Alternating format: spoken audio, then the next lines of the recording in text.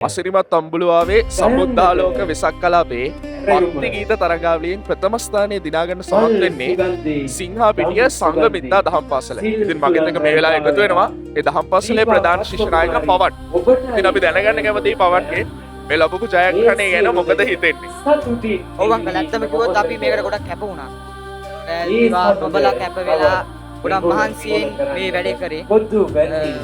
අපිට මේකට ගොඩක් සංවිධාන ශක්තිය දුන්නා අපේ මෙහෙණින් හංස අනුත්තර මෙහෙණින් හංස ඇත්තම ගොඩක් අපිට ලොකු හයියක් වුණා අපි පිටිපස්සේ ඉඳලා මේක ක්‍රම කොහොම හරි කරමු ඒක ගන්න පුළුවන්. අන්න ඒ වගේ මොරාල් එකක් දීලා අපිව මෙතෙන් අරන් ආවේ ඇත්තම කිව්වොත් ඒ අපි සංගමිත ඉංග්‍රීසි සිංහල දහම් පාසල ප්‍රධාන ආචාර්ය මෙහෙණින් හංස ඊට අමතරව ගුරු මණ්ඩලයේ හිටිය අපි පිටිපස්සෙන් ඒ වගේම මේ සින්දුව පද රචනය ලිව්වේ දිල්හානි ඒ මහත්මිය ඒ වගේම මේ ඒකේ තනු නිර්මාණය කරේ ප්‍රසන්න මහත්මයා ඒ අතුරු එයාලගේ වාද්‍ය මණ්ඩලයටත් එතකොට මේකට මේ සංවිධානය කරපු අනුරාධ මහතාටත් මෙහෙමින් ස්තුතිවන්ත වෙමි. අද මේ වගේ තරගයක් ලැබීමෙන් මේ ගම්පල අපේ ළමයිට මේ දෙන පණිවිඩය. එතකොට මේම දෙයක් තියෙනවා මේක පුළුවන් තරම් අන්න වගේ පණිවිඩයක් දෙන එක ගැන සතුටු වෙනවා. ගොඩක් සතුටු ඇත්තටම හිතා ගන්න බැරි ලොකු සතුටක් තියෙනවා.